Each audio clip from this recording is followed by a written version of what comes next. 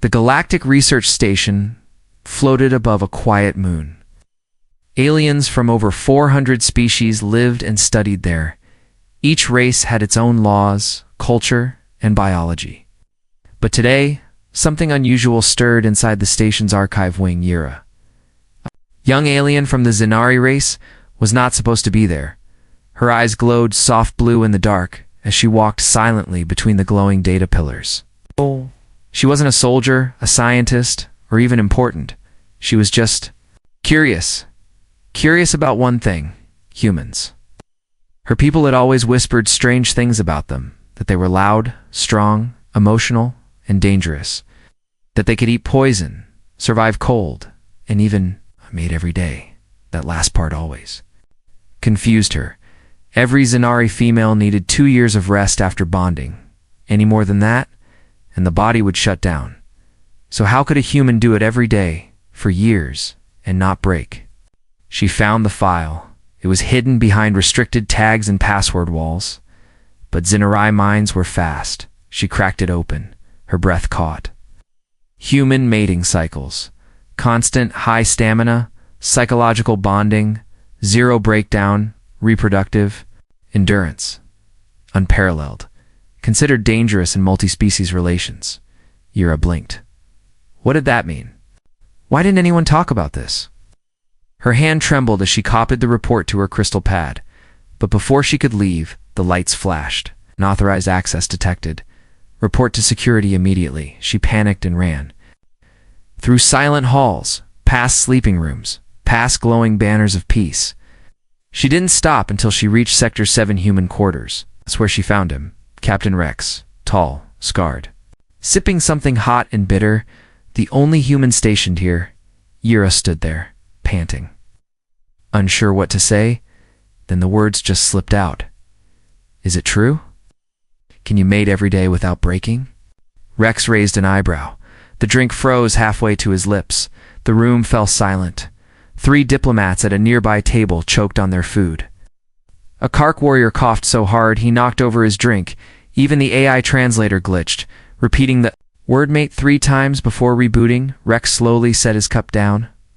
What did you say? He asked, voice calm but curious. Yura's cheeks flushed purple. She looked down, ashamed. Read a file. I needed to know. He didn't laugh. He didn't get angry. He just looked at her with tired eyes. You're not the first to ask, but you're the first to be that direct. A moment passed, then the station alarms turned off. But the news had already spread. The next day her clan elders summoned her. They stood in a circle, faces filled with anger and fear. You asked a forbidden question. One said, "You insulted your ancestors," said another. No Zenari should ever speak of mating with a human. Yura tried to explain. It wasn't about mating, she said. It was about knowledge, understanding. They didn't listen. They stripped her clan badge. You are unclean, they said. You are not Zenari anymore. Thrown out, alone and shaking, she wandered to the edge of the human sector again. It was cold. The artificial air felt sharp in her lungs. Then, she saw Rex again, sitting on the same bench, drink in hand. He looked up as she approached. No clan? He asked, noticing the missing badge. She nodded. I just wanted to understand, she whispered. Why do humans never break? Rex didn't answer at first. He patted the seat beside him. Yura sat, her hands wrapped tightly around her arms. He looked into the sky dome above them. Stars twinkled across the artificial night. And then he said softly, because breaking isn't an option for us. Yura turned to him, eyes full of questions. But he didn't explain more. Not yet. Instead, he handed her his still warm cup. Drink, he said. She sipped. It was bitter. But it warmed her chest. She didn't know if it was the drink, the words, or the strange man beside her, but something inside her shifted. A seed had been planted, and it wasn't going away, not until she learned the full truth. Yura didn't sleep that night. She stayed on the bench outside the human sector, curled up in her travel robe. Her crystal pad, now hidden in her pouch, held the secret she had uncovered, but the station held something worse. Whispers. By morning, The rumors had spread across 4 sectors. Zenari girl asked a human about mating. Some laughed. Others stared in silence on the transport rail. A group of insectoid officers hissed. She actually said the word out loud, another replied, in front of a human no less. It was no longer just a question. It had become a scandal when Yura entered the archive commons to return the pad. The doors locked behind her. The station guards stood in armor, waiting. "Come with us," one said. She obeyed without a word. They took her to a crystal-walled room. Inside, people sat around a glowing table. Clan elders, language masters, and a Zenari priestess from their homeworld. Their faces were unreadable, but their silence was loud. "You shamed us," the priestess said. "You touched knowledge that was locked for a reason." Yura lowered her head. "I wanted to learn," she said, her voice calm. "I wanted to understand what makes them different." A younger elder stood, eyes burning with fear. "Different," he spat. "They are monsters of flesh and madness." Yura blinked. "No, they are just capable of things we don't understand." That word, capable, made the entire room shift. One elder's jaw clicked in anger. "You now sound like one of them," he said. Then the priestess leaned forward. "Your body is Zenari," she said softly, "but your mind is corrupted." She picked up a small orb, glowing red, and placed it on the table. "This is a badge of exile," she said. "You are no longer one of us." The orb pulsed. Yura didn't cry. She didn't scream.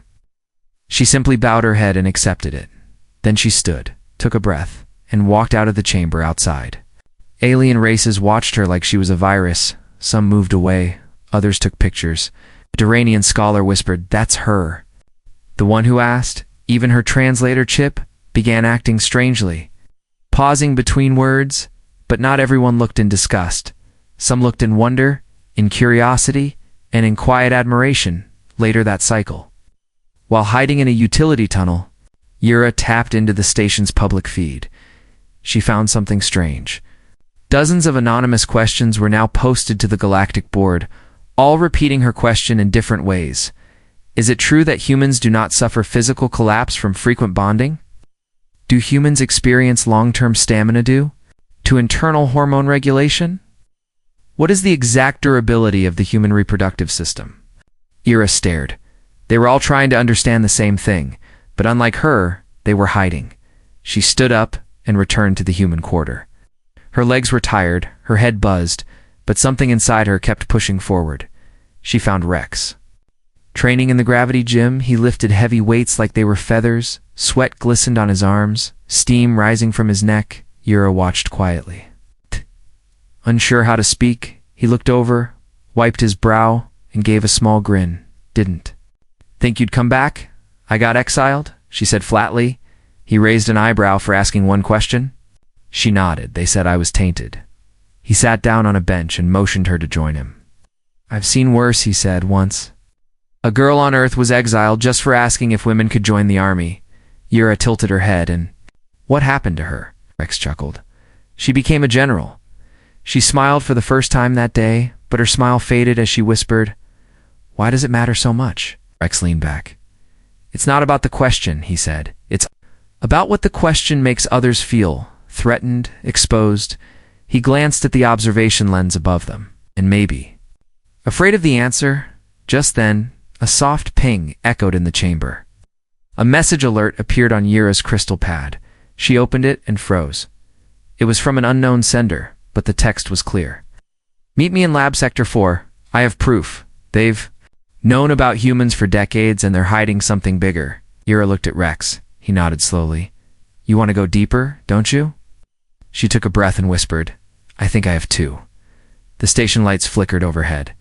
Something was changing in the air, and Yura had just taken her first step into something far larger than she'd ever imagined.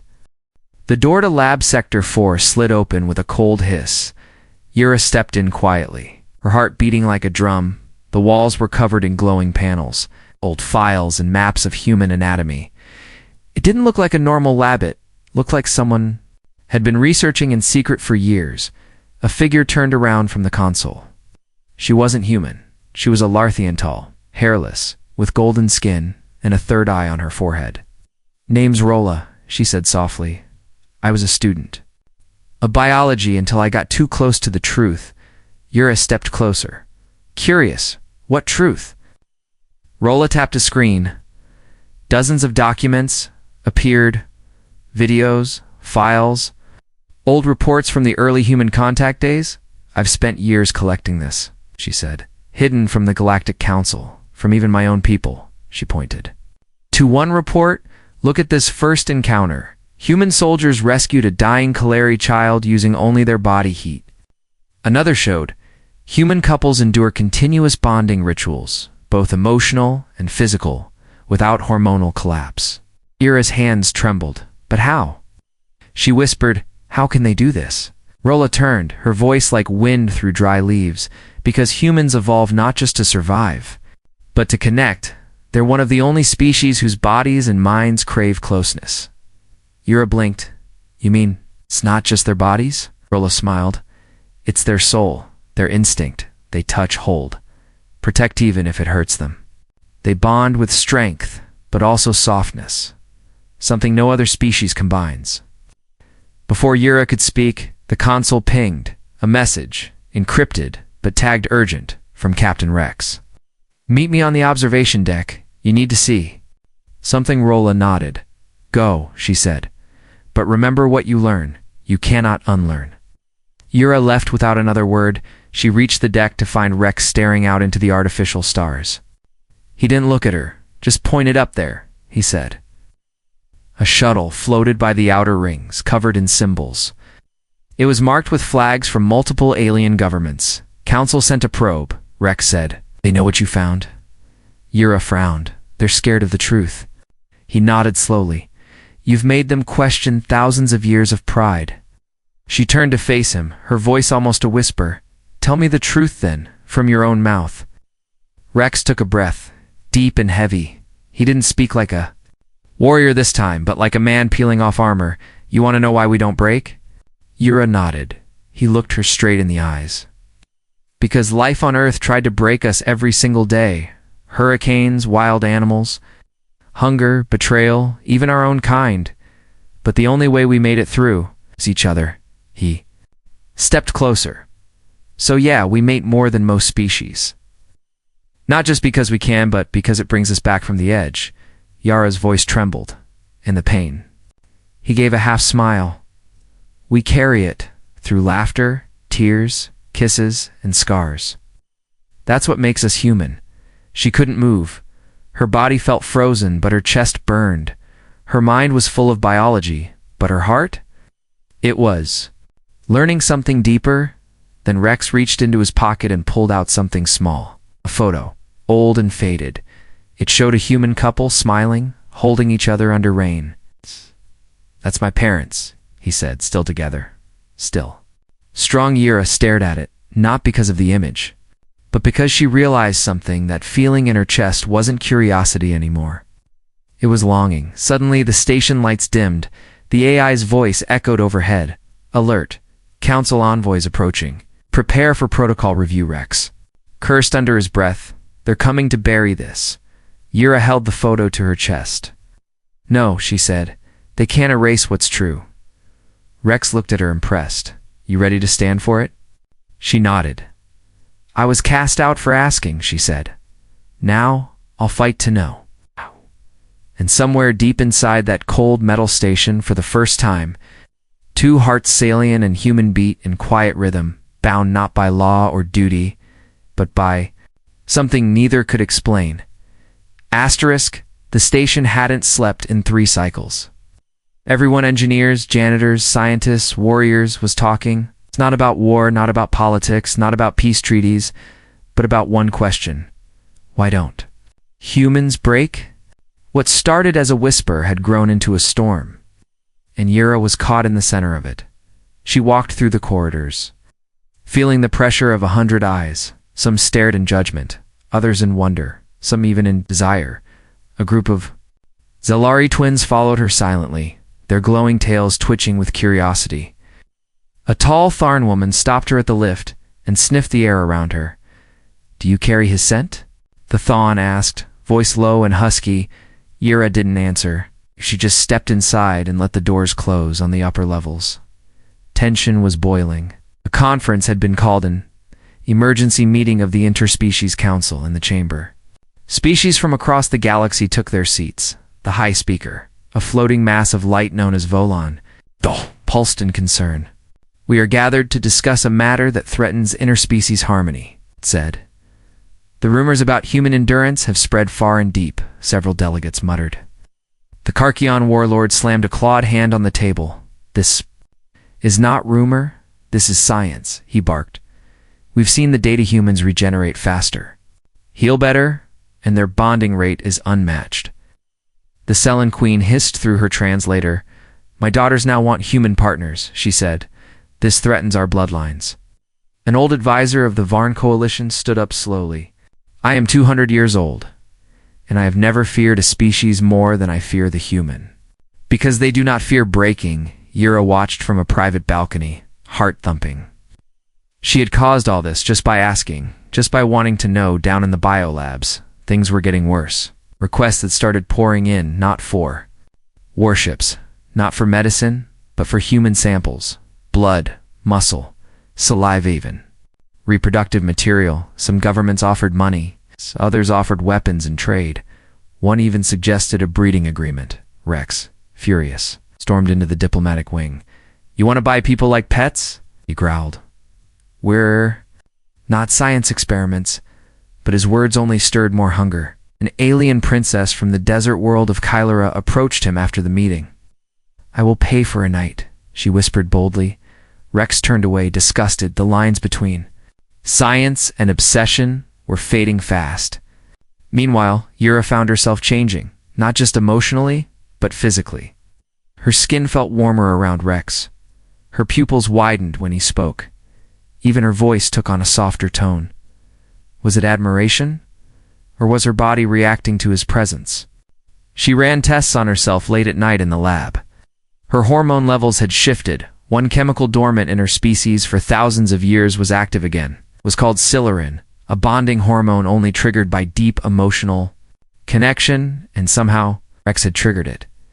She didn't know if she was afraid or excited, but she knew one thing. She was no longer just curious about humans. She was bonded to one. That evening, as the twin moons rose over the station dome, Rex found her alone near the energy gardens. He sat beside her, silent for a while. Then he said, "You okay?" She shook her head. "They want to use your kind," she whispered. "I didn't mean for it to get this far," Rex smiled gently. "You asked the right question?" He said. "They just didn't want to hear the answer." She looked at him, eyes wide. "They're not just curious anymore," she said. "They're obsessed." He nodded. "They fear what they don't control." Just then, her pad buzzed. Another anonymous message. "Incoming delegation, requesting live observation of bonding rituals. You and the human have been selected." Yura dropped the pad.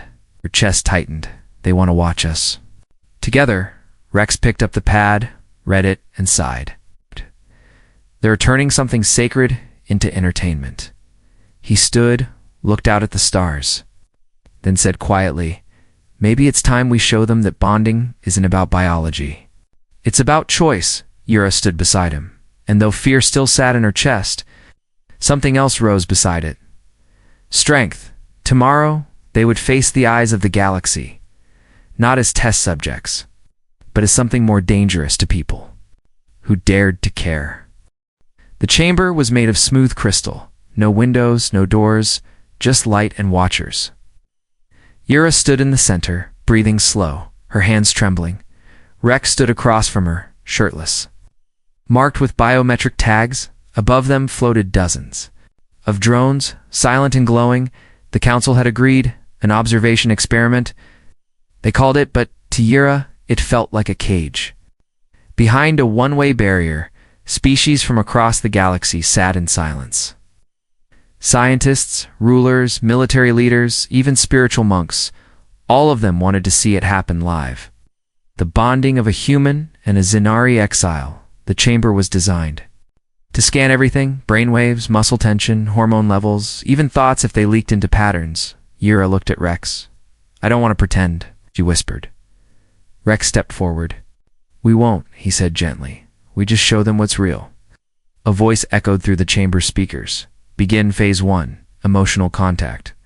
Rex sat down cross-legged and opened his palm. Yura hesitated, then sat across from him, placing her hand in his. As their skin touched, lights flickered in the ceiling. Heart rate synchronizing. The AI announced, chemical reaction in subject Yura increasing. The observers murmured, Do you feel that? Rex asked softly. Yura nodded. It's like warmth moving through my blood. Her kind had never felt this before. Zanari bonds were logical, ritual-based, emotionless. But now her chest ached in a good way. Phase 2, physical proximity, the AI said. Rex moved closer, slowly, until their foreheads touched. Yura closed her eyes. She could feel his breath, steady and calm. Her own matched his without her trying. Inside the observation room, a Zellery queen leaned forward. Impossible, she whispered. A Zenari syncing with a human in less than 6 minutes. The monitors showed it clearly. Yura's stress levels were dropping. Her temperature stabilizing. Her body was producing a rare molecule, lunafin. A hormone once thought extinct in her kind. It only appeared during ancient bonding, sacred connections. That could not be faked. One monk from the Order of Cold Light whispered, She's not reacting as a subject. She's accepting him. Phase 3. Mutual trust, the AI said. Suddenly, the lights dimmed. A simulated threat was introduced. Loud growls, flickering images of fear, test conditions to see if the bond would break. Yura flinched, backing away instinctively. The shadows looked like the monsters from her childhood dreams, but Rex didn't move. He extended his hand again. Calm and steady, Yura's instincts screamed to run, but her heart beat differently now. Something in her trusted him more than it trusted her own fear.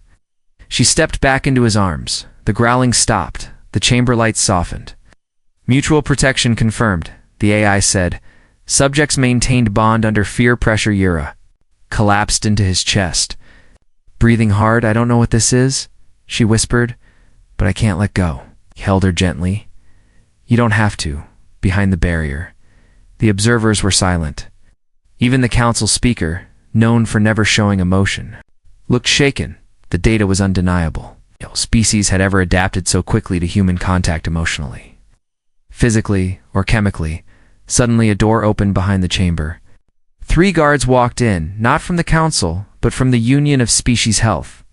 The experiment is concluded, one said coldly. Subjects must be separated immediately. Rex stood between them and Yura. No, he growled. We're not your lab rats? The guards raised stun rods. Yura stood beside Rex. If you shock him, I will unleash every Zanari scream ritual I know, she warned, eyes glowing bright. The guards hesitated. The data was live and broadcasting across the galaxy. To hurt the subjects now would be seen as political suicide. The lead observer stood up. Let them go, he said slowly. They have proven what no file could. As the chamber lights faded and the drones powered down, Yura and Rex stepped out hand in hand. They had entered as an exile and a soldier, but they walked out as something else. Proof that humans did not mate like beasts. They bonded like firewarm, wild, and impossible to contain. Asterisk, the footage went viral across the stars, from trade ships to royal palaces, from pirate dens to holy monasteries. Everyone had seen it, the Zanari girl leaning into the humans. Arms, the warmth in their voices, the heartbeat sync, the soft, trembling connection that no simulation could fake. It was no longer a theory, it was real, and the galaxy was not ready. Inside the Grand Council Hall, tension choked the air like smoke. Leaders from hundreds of systems had arrived early. Guards in heavy armor lined the walls. Even the silent watchers of the Var Nebula had sent a hologram to attend. The council speaker, Vo Allen, pulsed in dim green, an ancient color of unease. He rose above the chamber floor, his voice a shimmering vibration. This is not a debate over politics, he declared. This is a debate over biology, belief, and the future of interspecies boundaries. The crowd erupted. Voices clashed like weapons. She bonded to Islia. It was a trick. Humans are manipulating weaker species. That girl. She awakened something lost in all of us. Ban human interaction immediately. Or embrace it, behind a dark veil in the chamber's shadows. The Krill syndicate leader whispered to his assistant. Find me a human, any gender, any class, he said. We will offer them everything if they can give our bloodline a future. In the public broadcast rooms, reactions were worse. Some planets began riots. Some religious groups called the bonding sacrilege. Others called it divine. On Zenari Prime, her former clan temple was burned by extremists, and across dozens of systems, curious girls stared at their reflections, wondering, could I bond like her? Could I feel that way too? Yura and Rex were moved into protective quarters beneath the human embassy dome. They could hear the shouting even through the walls. Yura stared at the ceiling, her heart heavy. This is my fault, she said quietly. I just wanted to know. Why? Rex shook his head. You asked something sacred, he said, and they weren't ready for the answer. She sat up. They called me cursed. Now they want to copy me. Rex looked toward the door. They fear what they can't recreate. Suddenly, the room lights dimmed. An emergency alert flashed on their wristbands. Unauthorized entry council agents inbound. Rex grabbed a tool from the table. Yura rushed to the back, eyes wide. Why now? She asked. They already saw everything. They don't want truth, Rex growled. They want control. But the door didn't open. Instead, a voice came through the wall rolla.